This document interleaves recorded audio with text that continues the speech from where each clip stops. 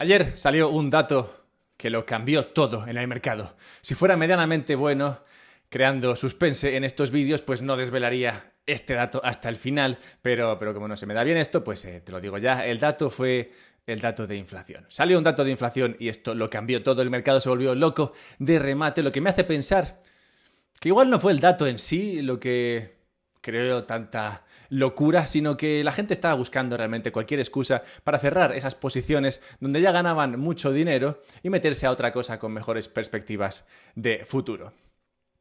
Bien, ¿cuáles serían estas? Pues como digo, el dato de inflación salió y fue sorprendente porque salió muy bueno. Salió un dato de inflación core, es decir, la inflación sin energía y sin comida, que no entiendo muy bien por qué se coge este dato de inflación, pero este es el que a todo el mundo más le mola, ese dato que no tiene en consideración ni la energía ni la comida, y este dato de inflación salió por debajo del 2%, es decir, subió la inflación menos de un 2%, mientras que venía subiendo alrededor de un 3%.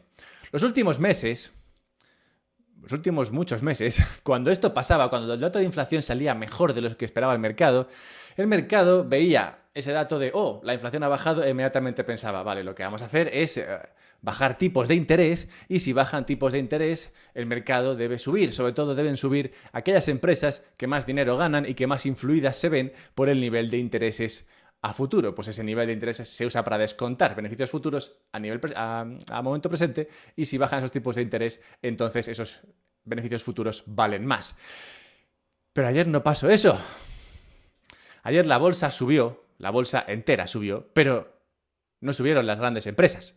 Nvidia, por ejemplo, cayó un 6%, Microsoft, Meta, Amazon, Google cayeron un 2% o más, Netflix cayó un 4 y pico por ciento, Tesla un 8%. Ríete tú de la volatilidad de Bitcoin. Bueno, mientras esto pasaba, la morralla del mercado, esas acciones que antes no quería ni el tato, suben y subieron de media casi un 4%. Los bancos regionales casi un 5%.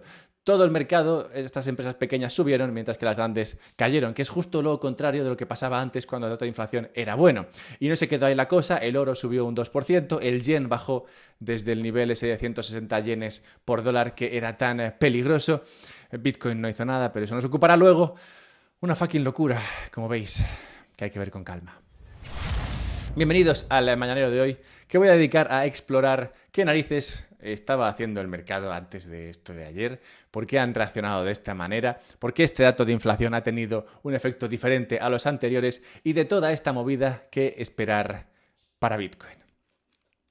Bienvenidos, como digo, a este vuestro canal, este vuestro podcast que analiza la situación económica, financiera y de mercado desde un punto de vista bitcoinero, que nos permite ver esto mejor. Y si crees que es así, si crees que los bitcoiners tienen un punto de vista más interesante de lo que es los mercados, la economía y las finanzas, pues comparte este contenido con otras personas para que también lo entiendan desde este punto de vista que es, en tu opinión, claro, mejor. Compártelo para que llegue a más personas, suscríbete, dale like, haz todo esto que se puede hacer para que el canal crezca y así tengas más gente con la que hablar de estos temas que son los que te interesan. Y si quieres guardar tu Bitcoin de forma segura, yo te diría que lo guardases tú mismo, que ejercitases esto que te permite hacer Bitcoin fácilmente, que es la autocustodia de tu dinero, y que lo hicieses usando una Bitbox, que es un dispositivo pequeñín que sirve para guardar tu Bitcoin de forma segura. Así que te invitaría a comprarte uno de estos y demás pijadas para la autocustodia, como pueden ser placas de metal donde grabar tus claves. Pues puedes hacer todo esto comprando desde el enlace que está en la descripción, que además te da un descuento. Bien, ¿visto? Visto. Empecemos.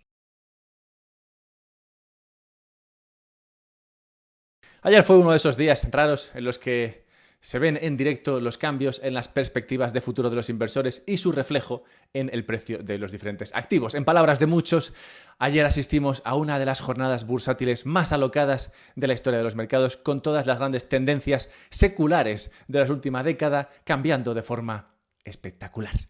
En la cabeza de esta lista encontramos el giro de 180 grados en el liderazgo de la bolsa. Los valores de pequeña capitalización, aglomerados por ejemplo, el índice Russell 2000, que este año han ido muy a la zaga de los valores de gran capitalización, siendo principalmente esas empresas tecnológicas, se dispararon con una subida del 3,6%, al tiempo que esas grandes empresas tecnológicas aglomeradas esta vez alrededor del índice Nasdaq, cayeron más de un 2%.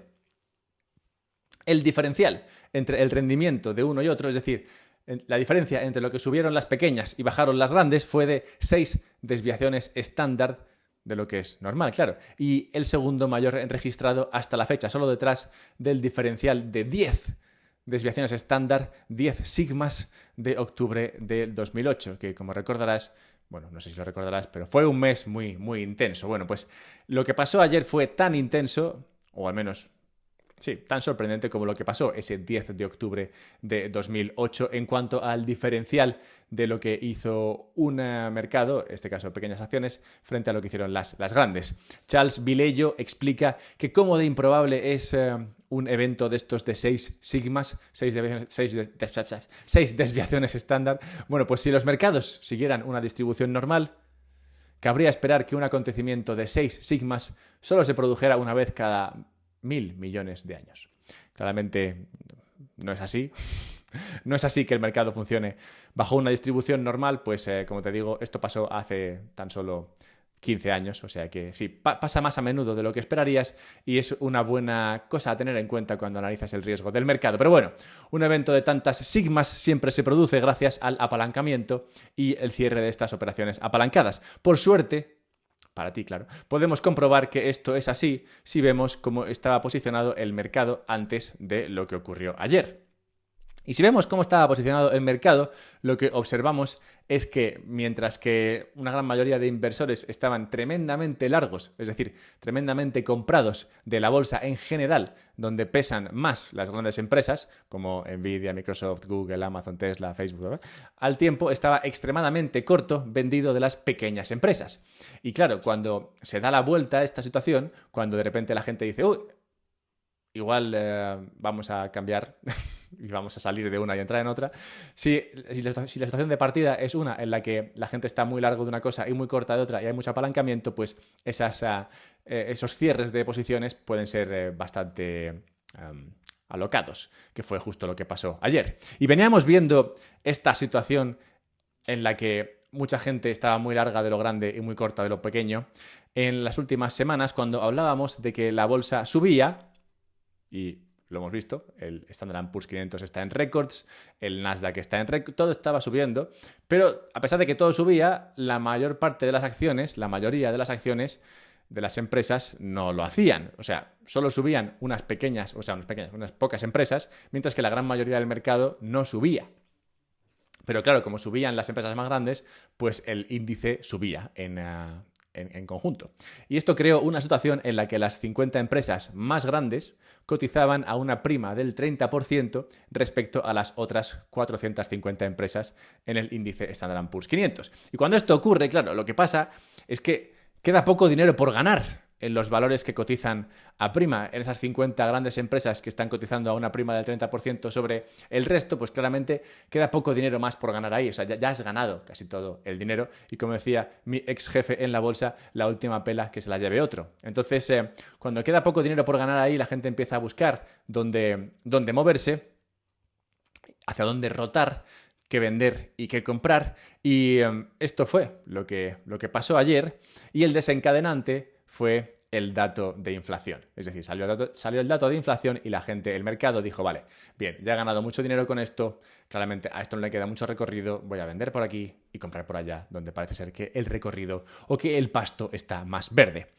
Este dato de inflación que salió ayer y que motivó este cambio y motivó esta jornada alocada en la bolsa, implica que se ha vencido la batalla contra la inflación y que, por tanto, tu dinero vuelve a perder una razonable cantidad de valor mensualmente en lugar de una exagerada cantidad de valor mensualmente. Perder dinero está ok, pero perder mucho no está ok. Ese es el lema para los bancos centrales en cuanto al dinero fiat, y así el mercado ahora espera un recorte de tipos en septiembre con un 91% de probabilidad.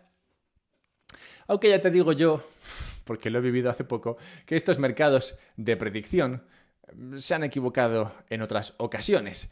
De hecho, hace poco hice un vídeo que podrás encontrar por aquí. Sí, podrás encontrar por aquí. Es un vídeo en el que analizaba qué pasaría con Bitcoin, qué pasaría con los mercados si la carrera por la presidencia en Estados Unidos fuese una entre Kamala Harris y Trump en lugar de una entre Biden y Trump. Y me basaba para hacer ese vídeo en la probabilidad que asignaban los mercados a que Kamala sucediera a Biden en la carrera. Una probabilidad de que era muy alta en ese momento y que ahora parece que, por muy alta que estaba esa probabilidad, hoy no vaya a ser el caso. Es decir, no parece hoy que Kamala Harris vaya a suceder a Biden. Aunque bueno, ayer Biden en una conferencia de prensa en la OTAN, creo, tuvo otro desliz y al ser preguntado sobre si Kamala Harris podría llevar la presidencia si él, Joe Biden, no está, se refirió a Kamala Harris como la vicepresidenta Trump. Look, I wouldn't have picked Vice President Trump to be vice president, but I think she was not qualified to be president. Así que bueno, el caso es que puede aún darse el caso de que ese vídeo que yo hice hablando de Kamala contra Trump aún sea un vídeo que funcione. Quizás tenía razón después de todo. Bueno, pero también puede ser que, como decía, no bajen tipos en septiembre. Y es que, aunque la probabilidad esté muy elevada de que bajen tipos en septiembre, eso no quiere decir que lo vayan a hacer. Lo de ayer, al final de cuentas, fue solamente un día. Y aunque todo apunta a rotación en el mercado, puede ser que se quede ahí. Puede ser que se quede simplemente en un susto. Los movimientos, no obstante, me hacen pensar que una parte significativa del repunte de la tecnología y de la inteligencia artificial, es decir, de la subida de estos valores en la bolsa, ha estado impulsado no tanto por los beneficios y las perspectivas de crecimiento a futuro de estas empresas, sino simplemente por el miedo. Un miedo a que los altos tipos de interés que todavía existen en los mercados quebrasen a las pequeñas empresas. Y por eso el mercado solamente compraba a las grandes. Compraba a aquellas empresas que sabía que no iban a quebrar por muy altos que estuviesen los tipos de interés. Así, si los tipos de interés bajan, es decir, si la inflación realmente está vencida y los tipos de interés van a empezar a bajar desde ahora, sin que nadie haya quebrado, pues eso implicaría que el miedo no tendría por qué existir. Eso, digamos, que crearía una situación en la que no hay nada que temer, parece ser que se ha vencido la inflación, parece ser que se ha hecho incluso sin quebrar a nadie y por tanto hemos triunfado, somos lo más y no hay nada que temer. Jerome Powell es el puto amo, como diría Pep Guardiola. Y que desaparezca el miedo tendría otras implicaciones. Por ejemplo, en cuanto al yen. Hemos hablado largo y tendido del yen en este canal.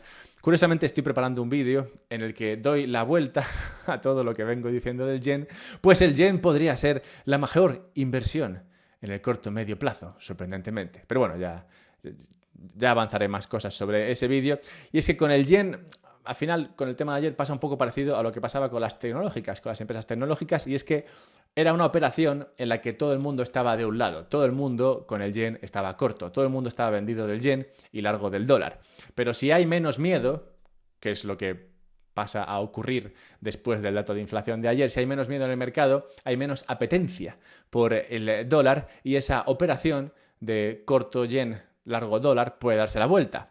Ayer se dio la vuelta y el yen logró llegar a subir un 2,5% frente al dólar. Todo esto, como digo, en el espacio de un día. Y también por miedo subió el oro un 2%.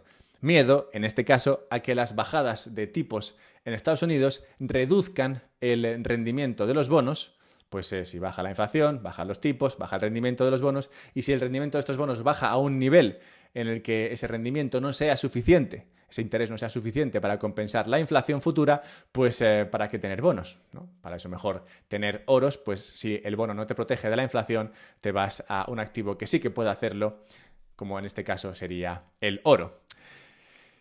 Y cerrando con el miedo, pues como veis, al final el dato de ayer lo que implica, en resumidas cuentas, es que se pierde o se acaba el miedo a que estos altos tipos de interés fuesen a destruir la economía. Lo que salió ayer con ese dato de inflación bueno era básicamente una carta que decía: bien, lo habéis clavado, habéis subido tipos de interés, no habéis roto nada, Así que ahora que ha bajado la inflación, podemos volver a bajar tipos de interés y aquí todo ha ido, pues, genialmente.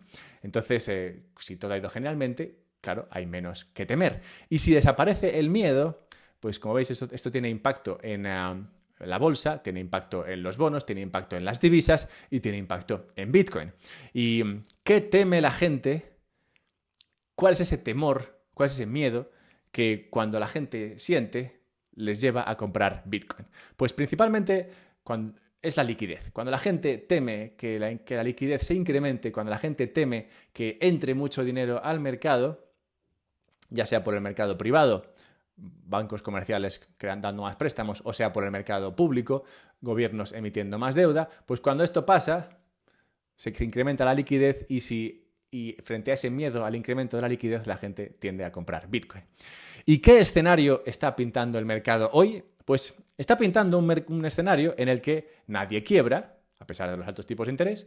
Está pintando un escenario en el que ya no hay inflación, pues está bajando a niveles que los bancos centrales consideran aceptables y que por tanto bajarán tipos y la economía seguirá como un cohete tras este pequeño susto en el camino en el que igual pues se frenaba la cosa, pero no se ha frenado, así que todo seguirá bien. En resumen, está pintando un escenario en el que se incrementa la liquidez. Ya expliqué en un vídeo reciente cuál es mi perspectiva al respecto de la economía.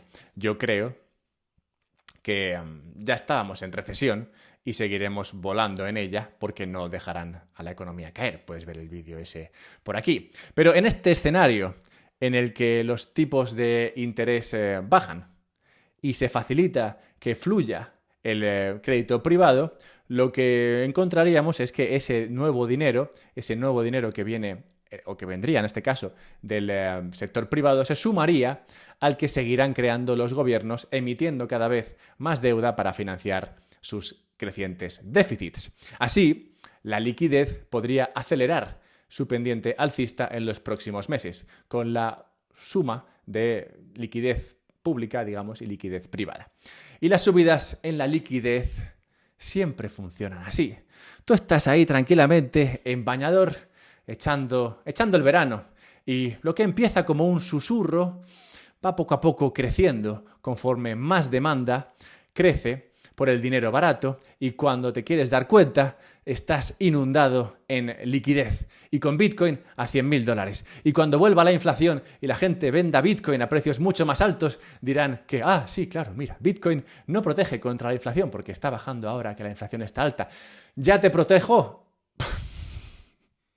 Ya te protegió en su día cuando subió, mientras la inflación empezaba a subir. Esta película ya la hemos visto antes y nada de esto, claro, es consejo de inversión. Bien, antes de cerrar el mañanero de hoy con la necrológica, tenemos que recordar un par de cosas. La primera, que hay una newsletter sobre este podcast y sobre este canal. Es una newsletter a la que te puedes suscribir en la página web del podcast, unpodcastsobrebitcoin.com, y si lo haces recibirás un mail mío los sábados en los que trato alguna cuestión en detalle. Ahora estoy preparando una sobre los mercados, la bolsa en este caso en concreto, en unión con el tema de los fondos de inversión y cómo la suma de ambos puede tener un impacto interesante en lo que pasa con estos activos. Y luego, claro, al final siempre se pone en común con Bitcoin. Bueno, pues este tema lo estoy preparando para la próxima newsletter. Si quieres recibirla, ya sabes, suscríbete y recuerda también que si quieres guardar tu Bitcoin de forma segura puedes hacerlo en una Bitbox y que encontrarás descuentos para hacerlo en la descripción. Que si no tienes Bitcoin que guardar, puedes comprarlo a través de Relay en el enlace que está en la descripción del podcast. Y vayamos ahora sí a la necrológica, recordando la muerte en tal día como hoy de Erasmo de Rotterdam. Erasmo escribió este libro In Praise of Folly, que sería como así en alabando la tontería o algo así, escrito por este señor en 1509, una sátira que critica los abusos y supersticiones de la Iglesia Católica y la sociedad de su tiempo. La obra está presentada como un discurso de Folly, la personificación de la locura, quien elogia sus propios méritos y virtudes, argumentando que la locura, más que la razón, gobierna al mundo humano. Y este mundo nos ocupa hoy, un mundo en el que la gente anda loca, tratando de rescatar el valor, la pérdida de valor de su dinero fiat, en lugar de abrazar un dinero que no dependa de terceros. Ya lo dijo Erasmo hace 500 años, o sea que no es nada.